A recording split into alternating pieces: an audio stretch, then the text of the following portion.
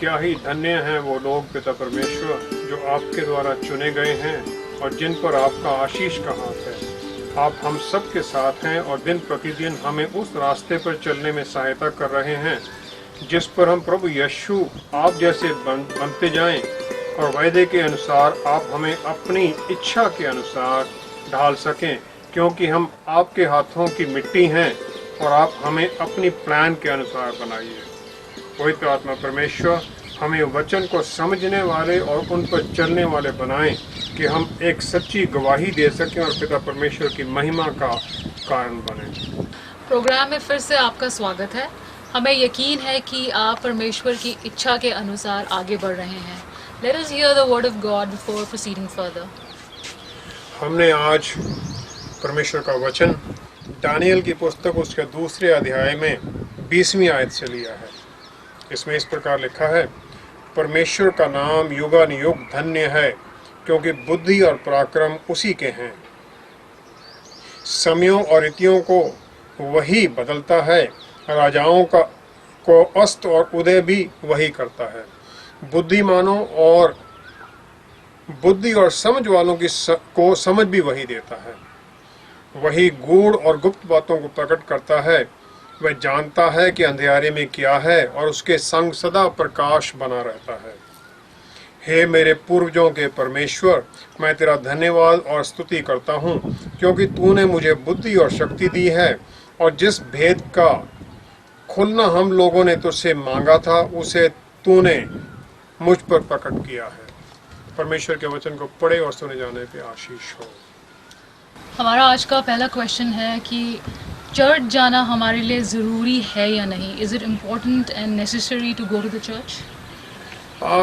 पहली जो प्रभु यीशु के बाद में जो पहला चर्च बना था उस समय भी शायद यही प्रॉब्लम रही होगी, क्योंकि इब्रानियों की पुस्तक के 10वें अध्याय में 24 और 25वीं आयत में इस प्रकार लिखा है, और प्रेम और भले कामों में उकसाने के लिए हम एक दूसरे की चिंता किया करें और एक दूसरे के साथ इकट्ठा होना ना छोड़ें, जैसे कि कितनों की रीति है, पर एक दूसरे को समझाते रहें और ज्यों त्यों उस दिन को निकट आते देखें, ज्यों त्यों और भी अधिक यह किया करें।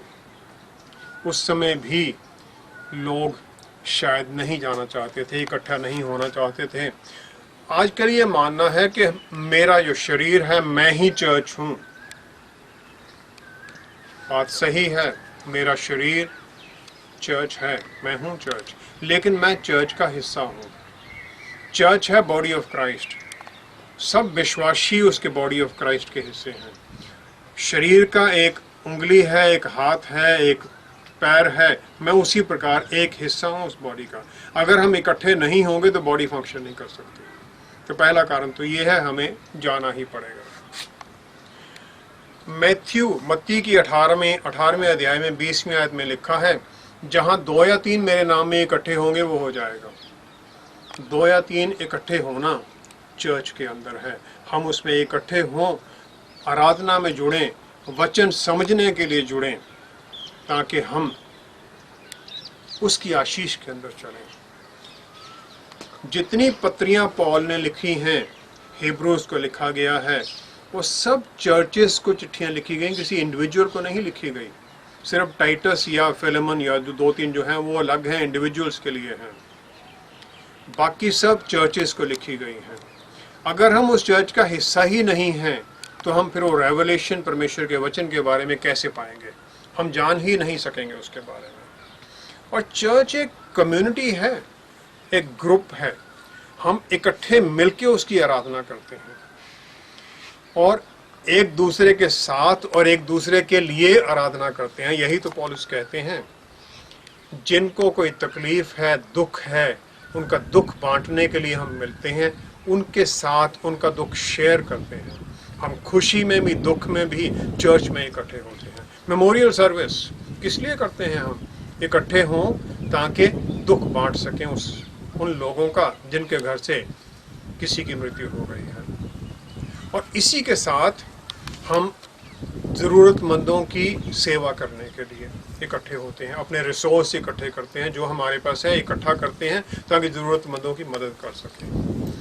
और दूसरी जितने कम्युनिटी हैं जो प्रभु को नहीं जानते हैं, उनमें लोगों को भेजने के लिए हम रिसोर्स इकट्ठे करते हैं। अगर हम चर्च में जाएंगे ही नहीं तो हम ये रिसोर्सेज कैसे इकट्ठे करेंगे, कैसे उसमें काम में जुड़ेंगे, कि ये हो ही नहीं सकता है फिर। और ये नहीं कि मैं ये कहता हूँ हम फलानी डिनोमिनेशन में जाएं, मेथोडिस्ट में, बैप्टिस्ट में या किस में आप जाएं, that is not the question.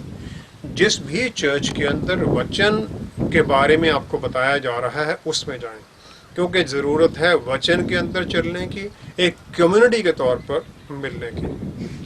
और प्रेरितों के काम के 20वें अध्याय की 7वीं आयत में लिखा है, इकट्ठे होके वो रोटी को शेयर करना। जो प्रभु यीशु ने होली कम्युनियन का बंदोबस्त किया था, आखिरी समय पर उन्होंने कहा था, ये रोटी है वो शरीर जो मेरा तोड़ा गया आपके लिए, ये लहू है जो बहाया जा रहा है तुम्हारे लिए। अगर हम चर्च में नहीं जाएंगे तो होली कम्युनियन में हम हिस्सा कैसे लेंगे?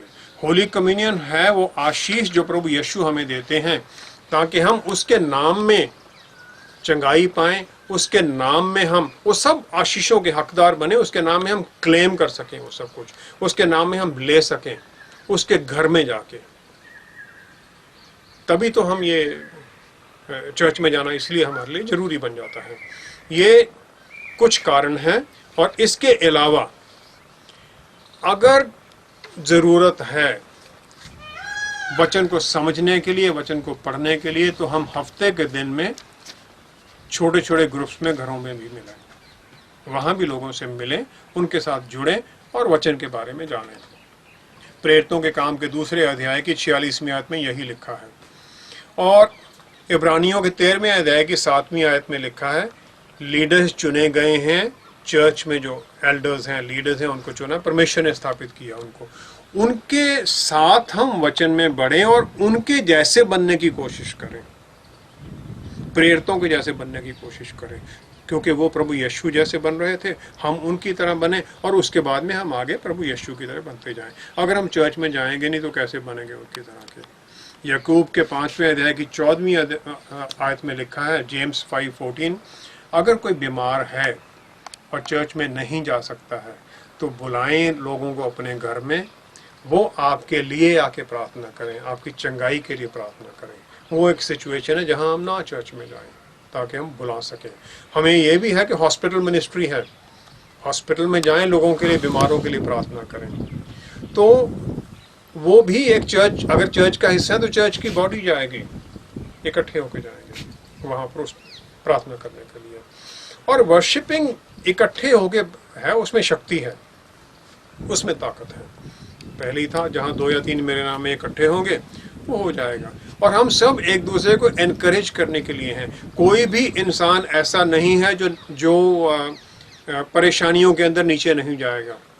पौलुस भी तकलीफ के अंदर कहते हैं, मैंने ना इतना कुछ झेला है, वो भी साथ में एक किसी न किसी को रखते हैं, चाहे बारनबस है, चाहे टाइटस है, चाहे साइलस है, किसी न किसी को साथ में उन्होंने रखा हमेशा।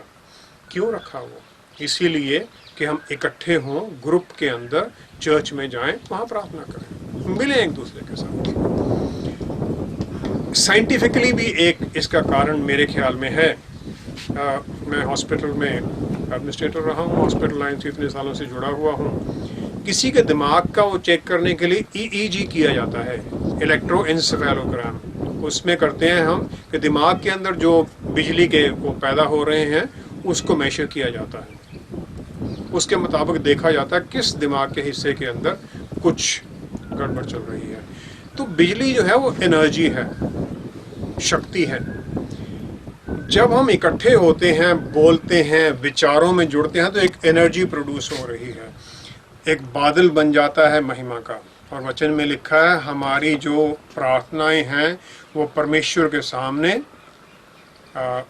सुगंधी के रूप में पहुंचती हैं, सुगंधी के रूप में सबकी इकट्ठी होके, सबकी एनर्जी इकट्ठी होके हम जुड़ते हैं, और उस एनर्जी में जो कमज़ोर है उसे पा लेता है, उसे और ताकत हासिल करता है। इन सब बातों के कारण चर्च में जाना मेरे ख्याल में हम सब के लिए बहुत ज़्यादा ज़रूरी है। हमें बाइबल कब पढ़नी चाहिए और प्रार्थना कब करनी चाहिए?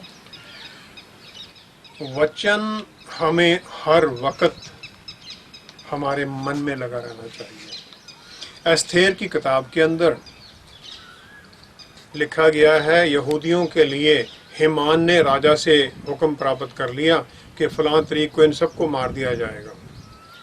मॉर्डिकाई भेजता है मैसेज एस्थेर के पास कि तुम राजा के पास जाओ इसको कैंसिल करने के लिए।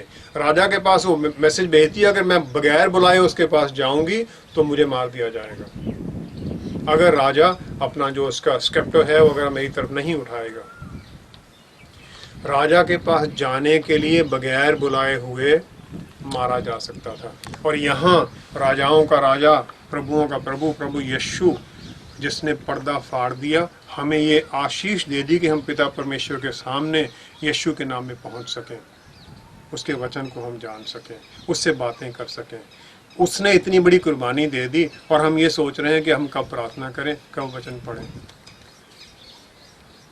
उसके नाम में तो हम हर वक्त लगे रहें। और परमेश्वर को प्यार करना कहा गया है, love your God with all your heart, with all your mind, with all your soul, with all your strength. मन, दिमाग, विचारों में हर पूरी शक्ति के साथ। जो यंग लड़के लड़कियां हैं एक दूसरे को चाहते हैं या नई शादी हुई होती है, एक दूसरे को ही देखते हैं, वो एक दूसरे के बारे में ही सोचते रहते हैं 24 घंटे। वो सपने भी एक दूसरे के आते होंगे उनके। परमेश्वर को वो कहता है प्यार करें अपने पूरी शक्ति के साथ, पूरे मन के साथ। प्यार उसमें तभी करेंगे जब हर पल हमारे मन में वो बैठा रहेगा। यहोशू को परमेश्वर आशीष देते हैं। पहले अध्याय यहोशू के 7वीं आयत में लिखा गया है,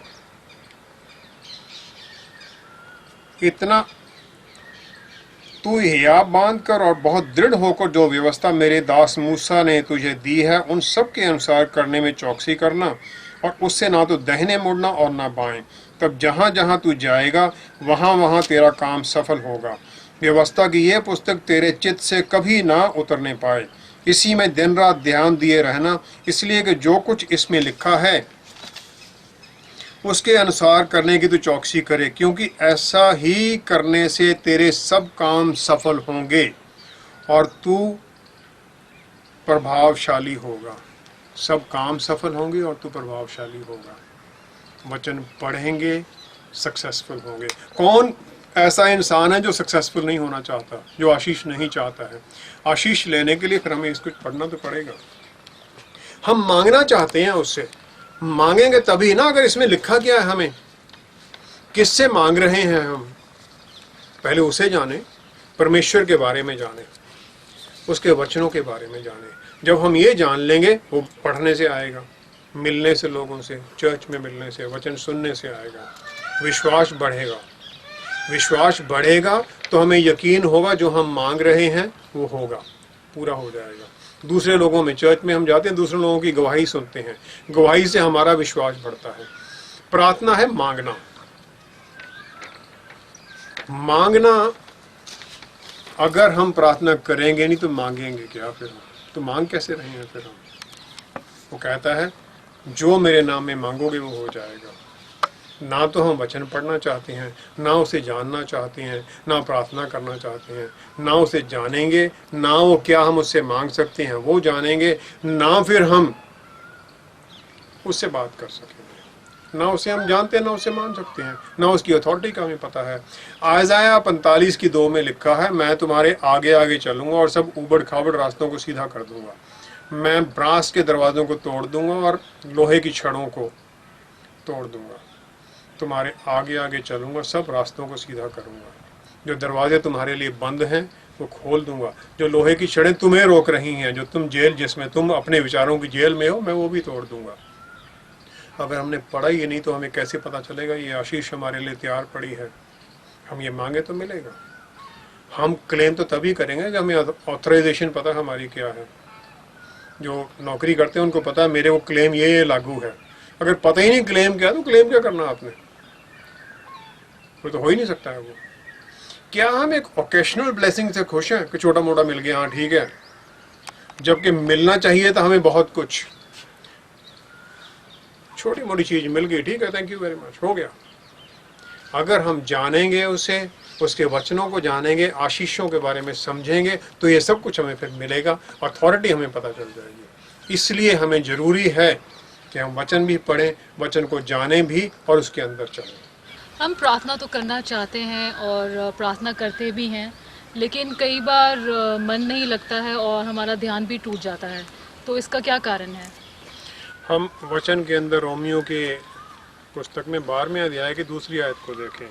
इसमें लिखा है, इस संसार के सदृश ना बनो, परंतु तुम्हारे मन के नए हो जाने से तुम्हारा चाल चलन भी बदलता जाए, जिससे तुम परमेश्वर की भली और भावती और सिद्ध इच्छा अनुभव से मालूम करते रहो।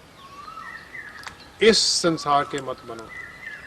हम प्रभु यीशु के लहू के द्वारा छुड़ाए जाने के बाद में परमेश्वर के पुत्र बनने का अधिकार हमें मिल गया है। परमेश्वर के राज्य के हम नागरिक बन गए हैं। We are the citizens of kingdom of God. हमारी सिटीजनशिप अभी ड्यूअल है, हम इंडियन सिटीजन है इधर, और उधर परमेश्वर के राज्य के सिटीजन हैं। तो परमेश्वर के राज्य के सिटीजन बनने के साथ साथ हमारा परमेश्वर के साथ एक रिश्ता बन जाता है। जॉन बुनियान, जो कि बहुत बड़े दार्शनिक हुए इंग्लैंड के, उन्होंने लिखा है, प्रार्थना करते रहो क्योंकि प्रार्थना आत्मा की एक शील्ड है और ये हमारी भावती सेक्रीफाइस है, ऑफरिंग है परमेश्वर के सामने, और शैतान के लिए ये एक तलवार है, उसके गर्दन पर लटक रही हमारी प्रार्थना। तो हम प्रार्थना करते रहें और वचन के अंदर अपने आप को बदलते रहें, आगे बढ़ते जाएं। प्रार्थना हमारे लिए प्राथमिकता हो, पहली चीज हो, बाद की बात नहीं है ये, क्योंकि परमेश्वर के नागरिक होने के कारण, उसके राज्य के नागरिक होने के कारण, उसके पुत्र होने के कारण हमारा रिश्ता है परमेश्वर के साथ। अगर हम पिता से बात ही नहीं करना चाहते हैं, पिता से मिलना नहीं चाहते, तो उसकी नागरिकता फिर क्या, उसके साथ मिलने का फिर क्या हुआ? वो तो सब रह ही गया फिर आपका। और हम अपना सिर्फ समय ही ना दें प्रार्थना के लिए, हमें अपने आप को प्रार्थना में देना पड़ेगा, अपने आप को प्रार्थना में जोड़ना पड़ेगा, क्योंकि प्रार्थना हमारी आत्मा का थर्मामीटर है, उसका टेम्परेचर देखने के लिए कहाँ हम खड़े हैं प्रार्थना उसके साथ, परमेश्वर के साथ। हम अपने आप को और अपने समय को दें, प्राथमिकता हमारी प्रेयर बन जाए, और प्रेयर के लिए हमें एक स्पेसिफिक टाइम निश्चित कर लें। अगर हम टाइम निश्चित कर लेते हैं, इस समय मैंने प्रेयर करना है। दानियल की पुस्तक में लिखा है, सवेरे, शाम और दोपहर को 3 बार प्रार्थना करते थे वो। यहूदियों के मंदिर के अंदर 3 बार प्रार्थना करने जाते हैं, फिक्स टाइम है। तो उस समय आपका मन ऑटोमेटिकली उस तरफ जुड़ने लग जाता है। एक जगह हमने निश्चित कर ली, इस जगह पर मैंने प्रार्थना करनी है। घर के अंदर एक जगह है निश्चित, एक कमरा या whatever place that we want to fix, और फिर उस समय पे पर जाके हमारी परमेश्वर से बातचीत शुरू होती है। It's a conversation with God, और जो ये कॉन्वर्सेशन है परमेश्वर की महिमा के लिए, हमारी महिमा के लिए नहीं है, उसकी महिमा के लिए है, उसे जानने के लिए और हर तरह की आत्मिक बीमारी को ख़त्म करने के लिए। शारीरिक और आत्मिक दोनों बीमारियां हैं, दोनों को ख़त्म करने के लिए।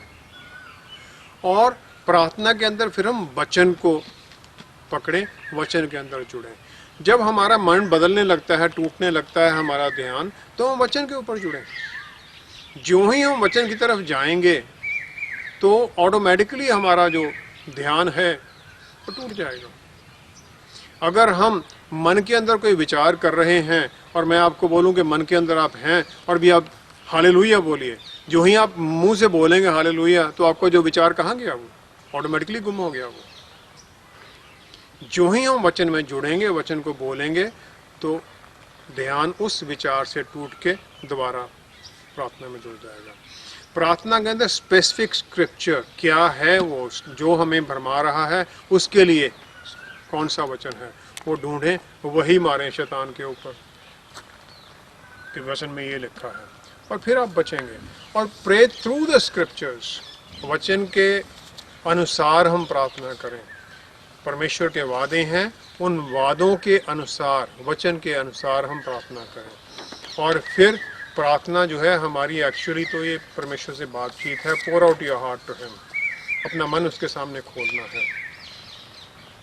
पिता से बात कर रहे हैं हम, उसके सामने हम अपने पूरे सब कुछ उसके सामने हम रखते हैं। और प्रार्थना तो एक परमेश्वर का गिफ्ट है। वो पर्दा फट गया जब प्रभु यीशु ने पूरा हुआ कहा, और हमें ये रास्ता मिल गया कि हम परमेश्वर के सामने खड़े हो सकें। ये तो एक गिफ्ट है हमारे लिए जो पिता ने पुत्र के द्वारा हमें दिया है। और पहले भी हम ये बात कर चुके हैं, प्रार्थना के द्वारा हमें परमेश्वर बताते हैं उसकी इच्छा क्या है। पुत्र के पास पुत्र आत्मा के द्वारा हमें बताते हैं, और प्रार्थना के द्वारा हम वो मांगते हैं, फिर जो उसकी इच्छा हमें देने की है हम उनके पास पहुंचाते हैं। और ये एक चेन बन जाती है, पिता परमेश्वर से पुत्र के पास उनकी इच्छा, पुत्र के द्वारा आत्मा के पास, आत्मा हमें समझाते हैं, हम वो मांगते हैं आत्मा के साथ सहमति में, फिर प्रभु यीशु के पास जाती है प्रार्थना, और पिता परमेश्वर वो कर देते हैं, क्योंकि प्रभु कहते हैं जो मेरे नाम में मांगोगे हो जाएगा। और फिर हम वचन को जानते हैं, वचन के अनुसार काम करने लग जाते हैं। और मत्ती के 5वें अध्याय में पहाड़ी संदेश है, जिसमें कि ब्लेसेडनेस के बारे में कहा गया है, धन्य है वो पुरुष। और वो जो संदेश है वो धन्य, ब्लेसेडनेस को वो डिफाइन करता है। फिर क्या है वो? अगर हम जानेंगे नहीं, वचन को प्रार्थना में जुड़ेंगे नहीं, तो हम ब्लेसेडनेस समझेंगे कैसे? क्या होगा फिर वो? तो ब्लेस्ड या धन्य होने का क्या मतलब है? मत्ती 5 में लिखा है blessed are those who are meek of heart. उसमें शुरू हो जाती हैं ब्लेसेड जो है, और उनका परमेश्वर के राज्य में अधिकार है। ब्लेसेडनेस है क्या? ब्लेसेडनेस का आजकल तो ये है कि वो मैं चर्च में गया, वॉज वेरी ब्लेस्ड, वहाँ वचन पढ़ा, वेरी ब्लेस्ड, आज बर्थडे था, ग्रेट ब्लेसिंग। हर एक चीज़ में हम ब्लेसेड हो जाते हैं, हमें पता नहीं कि ब्लेसेडनेस है क्या है। और ये ब्लेसेडनेस अभी आजकल हमारी सेल्फ सफिशिएंसी की तरफ जा रही है। मैंने ये कर दिया, oh I was blessed. Self sufficiency नहीं है, इट इज़ गॉड सफिशिएंसी, तभी हमें ब्लेसेडनेस मिलेगा। मत्ती 5 में जो पहाड़ी संदेशों में जो चीज़ें लिखेंगी वो सब टेम्परेरी हैं। जो उन चीज़ों को करेगा उसके लिए परमेश्वर का राज्य है।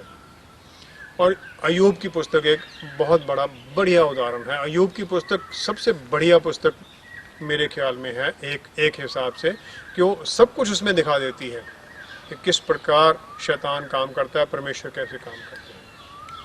एक इलस्ट्रेशन है, ये सब कुछ तत्कालीन है, खत्म हो जाता है।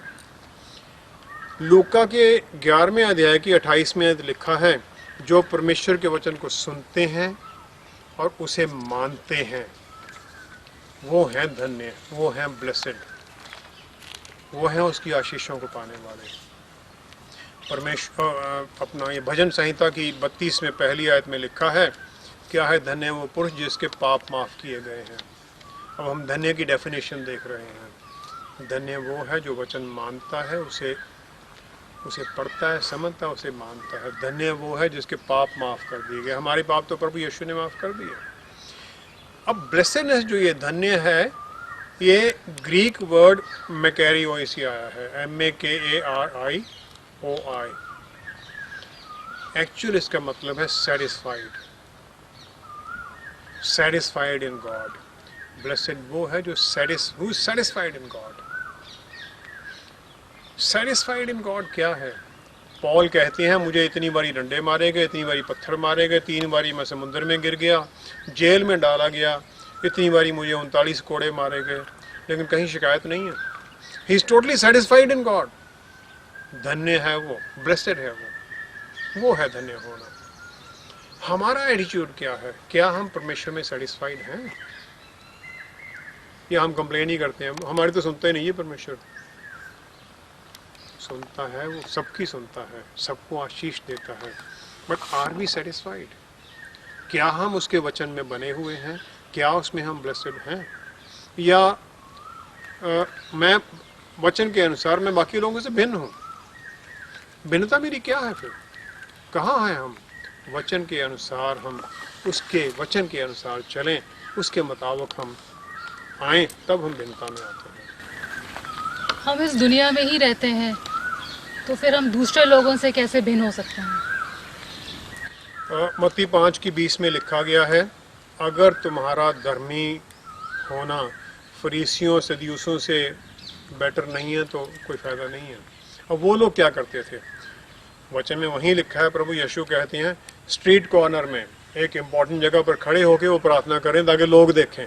आंख परमेश्वर की तरफ उठी हुई है, कुछ इधर उधर भी देख रहे हैं कितने लोग मुझे देख रहे हैं, ठीक है। दूसरा वो चैरिटी करते, दान देते हैं, ताकि उसमें वचन में ही लिखा है। वो आगे एक चल रही है, वो ट्रम्पेट बज रही है, ट्रम्पेट बजी, अभी देखो जी दान देने वाले हैं फलां।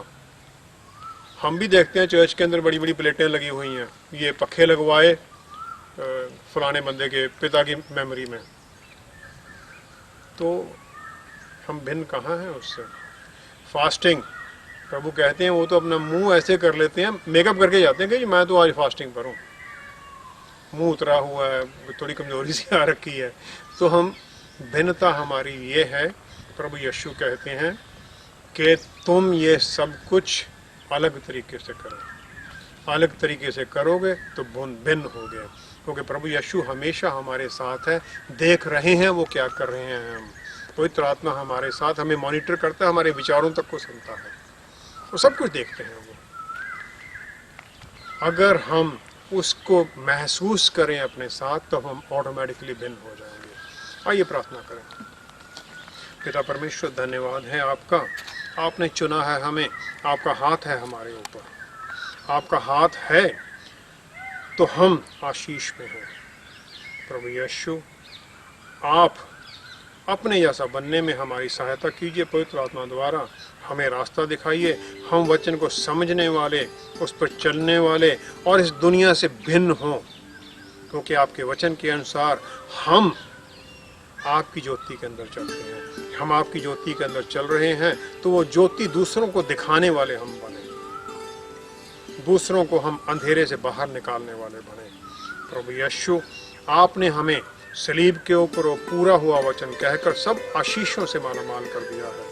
शारीरिक चंगाई, आर्थिक चंगाई, आत्मा की भरपूरी, सब कुछ आपने हमें दे दिया है। अपना हाथ बनाए रखिए ताकि इन चीज़ों को हम महसूस कर सकें, वचन में जानें और इनको अपने जीवन में हासिल करें अधिकार के साथ, क्योंकि आपने हमें पिता परमेश्वर का पुत्र बनने का अधिकार दिया है। धन्यवाद है पिता परमेश्वर हमारी प्रार्थना को सुनने के लिए, क्योंकि ये सब कुछ हम मांगते हैं आपके प्यारे बेटे प्रभु यीशु के पवित्र नाम में, आमीन। We thank our Lord जिन्होंने हमें चुना है और हमें मौका देते हैं कि आप तक पवित्र वचन पहुंचा सकें। हमें यकीन है कि आप वचन पर मजबूती से चल रहे हैं और आशीष पा रहे हैं। अपने मेल्स, मैसेजेस और कॉल्स के द्वारा हमें उत्साहित करते रहिए। With the blessings of the Lord, we shall meet again next week. Till then, take care. Shalom.